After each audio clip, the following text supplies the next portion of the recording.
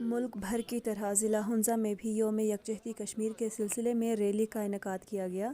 جس میں کشمیر کے مظلوم عوام پر ڈھائے جانے والے مظالم کے خلاف شدید نعرے بازی کی گئی۔ ریلی میں شامل افراد نے پلے کارڈ وغیرہ اٹھا رکھے تھے۔ ریلی سے خطاب کرتے ہوئے قائم مقام deputy commissioner captain retired Abdul Wahab نے کہا کہ کشمیر کے مظلوم بھائیوں کے ساتھ یکجہتی اور ان پر ہونے والے ظلم کی بھرپور مذمت کرتے ہیں۔ کشمیر کی آزادی تک ان کی اخلاقی سیاسی حمایت ہمارا فرض ہے۔ ہنزہ سے اجلال کی رپورٹ۔ اس کی اویئرنیس پوری دنیا کے سامنے لے کر آئیں، اس کاز کو، کشمیر کاز کو ہم ایک بار دوبارہ جگائیں،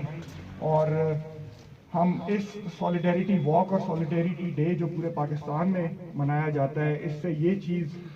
ظاہر کرنا چاہتے ہیں کہ پاکستان کی عوام، پاکستان کا بچہ بچہ کشمیری عوام کے ساتھ ہے، اور آخری دم تک جب تک کشمیریوں کو ان کی آزادی، ان کی حق خود ارادیت اور ان کے حق نہیں مل جاتے، پاکستان کا بچہ بچہ اور پاکستان کی عوام اپنی کوشش آخری وقت تک رکھے گی، آخری سانسوں تک کرتی رہے گی، اور انشاءاللہ تعالی ہماری ان کوششوں کی ہی وجہ سے ایک نہ ایک دن ہم کشمیر کو آزاد اور پاکستان کا حصہ دیکھیں گے۔ تو